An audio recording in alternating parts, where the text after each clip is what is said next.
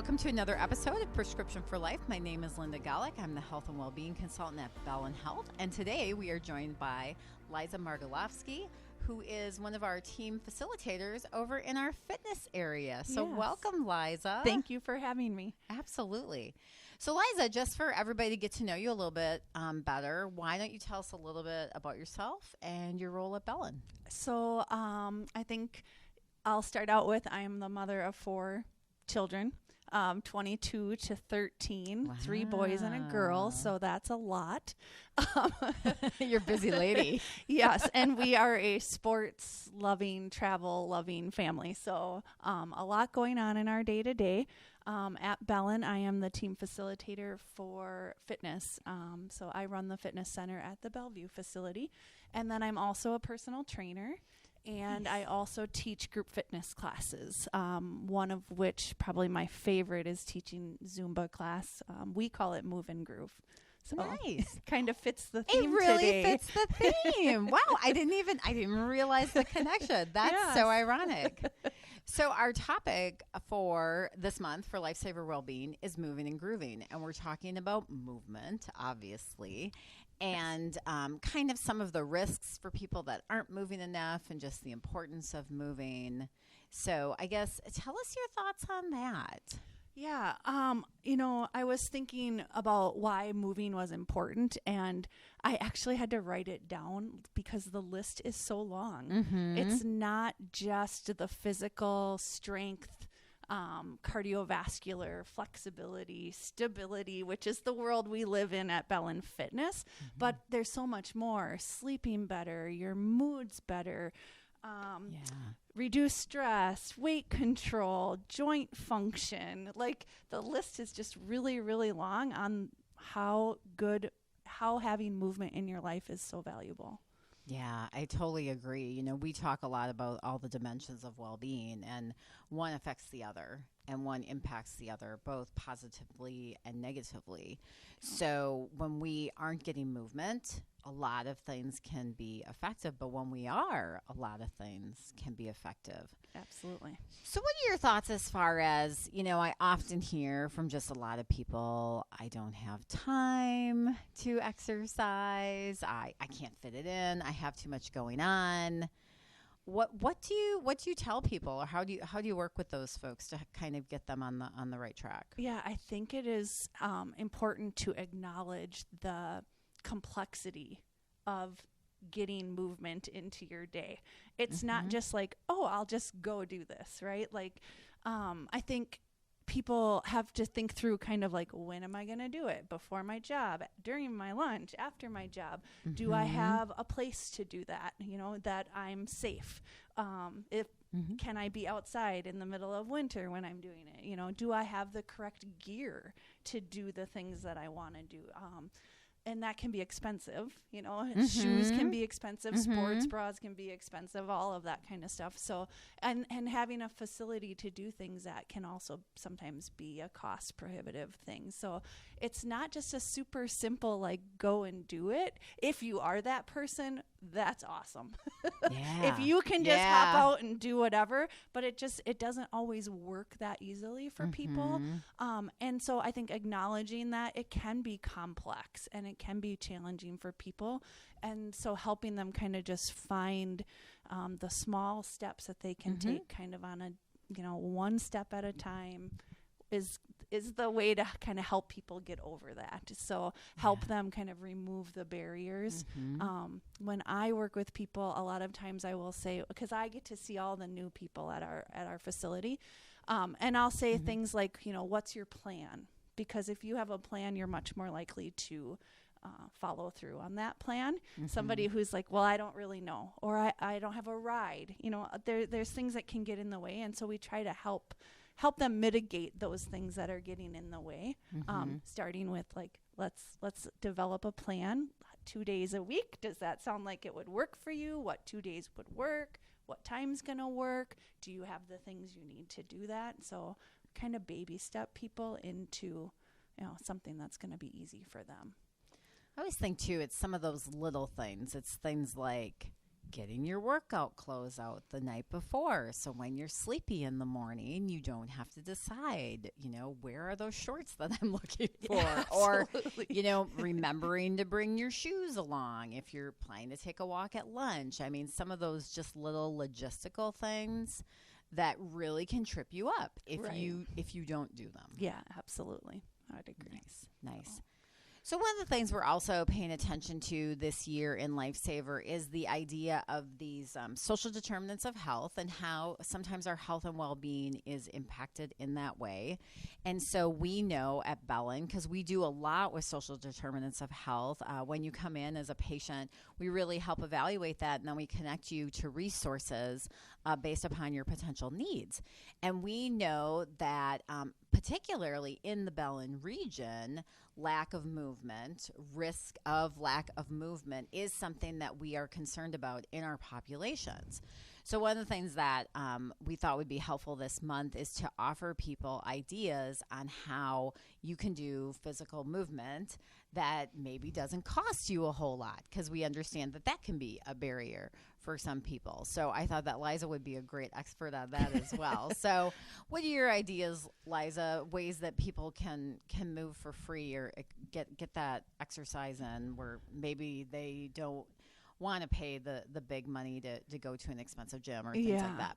So one of the first things that we like to let people know, and we try to spread this as much as we can in Bellin, is we have access to the Patient Assistance Fund at Bellin, and we can use those resources, financial resources, to help people with their memberships. And I will say we never turn anyone away. Awesome. If they can afford $0, then they pay $0. If they can afford $5 a month, then they pay $5 a month. So we really try to go out of our way to make sure people know that resource is available to them, and do everything we can to make that piece of it easy. But I do know, like, getting to our facility isn't always the easiest thing for people. If we're not on a bus route or something like that. And I think a lot of gyms offer discounts, but maybe not the full, like when you can't afford anything. So just some of my thoughts is always walking. That's the easiest one. We can all, right? We can all do that. When you're stuck inside, I have stairs at my house, so up and down the stairs, up and down the stairs, up and down the stairs. And I was part of a challenge a long time ago that was like, how can you make that fun? And there were, suggestions of just like put some music on. And my husband does that all the time when he's cleaning. He puts music on. And I remember thinking, that's so smart, because cleaning is not fun. Right. But he puts music on and he's jamming away while and exercise can be that same way of just putting some music on, put a podcast on, something you can listen to. It makes the time go quicker. And then, of course, my favorite would be dancing. So if you have access to a radio, you can put some music on. And we kind of joke, there's a song, Chubby Checkers, The Twist. It's 2 minutes and 38 seconds. It is the longest 2 minutes and 38 seconds when you really twist and get down low and move your arms. And my dad said once to me at a wedding, he said, gosh, I should do that every day. And I said, yeah, you should. What an easy way to get exercise in, turning on some music that you like and just dancing away. Oh, those would be my kind of simple suggestions. Awesome. And then I think the other big challenge with movement just tends to be, how do I get started? Like, I'm out of my groove. It's cold outside. I don't know where to start. I'm struggling to make, because this is what I always hear from people, but I'm not motivated to do it, but I don't want to do it. So, and I have a little phrase that I always say is that motivation follows movement. Yes. And movement follows motivation. So sometimes you have to start and then you'll get motivated. Yes. So unfortunately, sometimes the divine inspiration does not come down from above telling you to go for that run. But sometimes if you decide, I'm going to go for the run, even if it's just 1.5 miles or whatever it might be for you, maybe it's a half a mile. To me, that was always kind of a key idea. But what are your thoughts on that? I was thinking motivation is fickle. And so to rely on that is not a great strategy for getting movement into your day. I do a lot of things with people where we talk about just like start small and be realistic. If you can only do one day and you only do 5 minutes, then do 5 minutes. You know, I was just thinking, your mom was one of the people. Yeah. So I know Linda's mom. Yes. My mom's a mover, let me tell you. She is definitely a mover. She doesn't sit still well at all, which is great, She had come into the fitness center in Bonduel, and she wanted to try the arc trainers or the ellipticals that we had. And she was a little nervous about it. And I said, you know, why don't you just try 1 minute? And come back tomorrow and try 2 minutes, and come back tomorrow, the next day and try 3 minutes. And she did that, and she was up to like 30 minutes. Yeah. That was about a good, amount of time for her, but she just 1 minute at a time worked her way up to getting that, getting comfortable on that machine and getting her exercise in. And it's like, that is exactly the strategy. Just start with something small. Something manageable. The other thing I would say, so this happened at the Bonduel Fitness Center as well. Somebody came in and said she wanted to start exercising. I said, had you used a fitness center before? She said, no. I said, well, what have you done in the past for exercise? She said, oh, I loved riding horses. And I said to her, well, that's great exercise. Riding horses is core and leg strength and upper body strength. And I said, do you really want to be in a fitness center if what you love is horses? And she's like, well, I don't know. And I said, I will show you this facility, but you should go ride horses. If that's what you love to do, that's what you should do.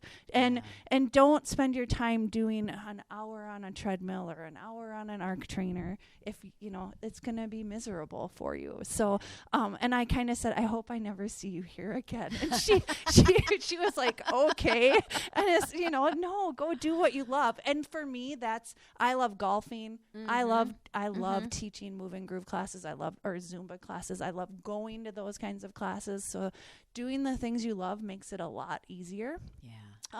I think one more suggestion would be if you can find a partner, that makes things so much easier. So I have a morning walk partner. We only go 2 days a week because that's all I can manage right now. But she will meet me rain, snow, sleet, there's no saying no to us getting together to walk. And that makes it so much easier for me to show up because I know that she will be there to show up for me. Nice. So, yeah. Nice. So I love that idea of, find something that you love. Because if I think of my earlier days of working out, like early 20s, I just thought I had to be on the Stairmaster, and I hated every minute of it. And then I remember when I really started to realize that you can do exercise you actually enjoy. Zumba was another one for me. So, I think that's a really key idea for people to take into consideration. Think about things that you enjoy and use that to get your movement. I mean, sometimes for guys, it's washing their cars. I mean, whatever. Right. Whatever. My husband's made a sport to mow the lawn as quickly as possible. Oh, I like that. And that's his workout. And I always think he's so smart. So it's got to be done anyway. Yeah, exactly. So, nice. I was thinking too, I met somebody this past probably 6 months ago, and she was a swimmer.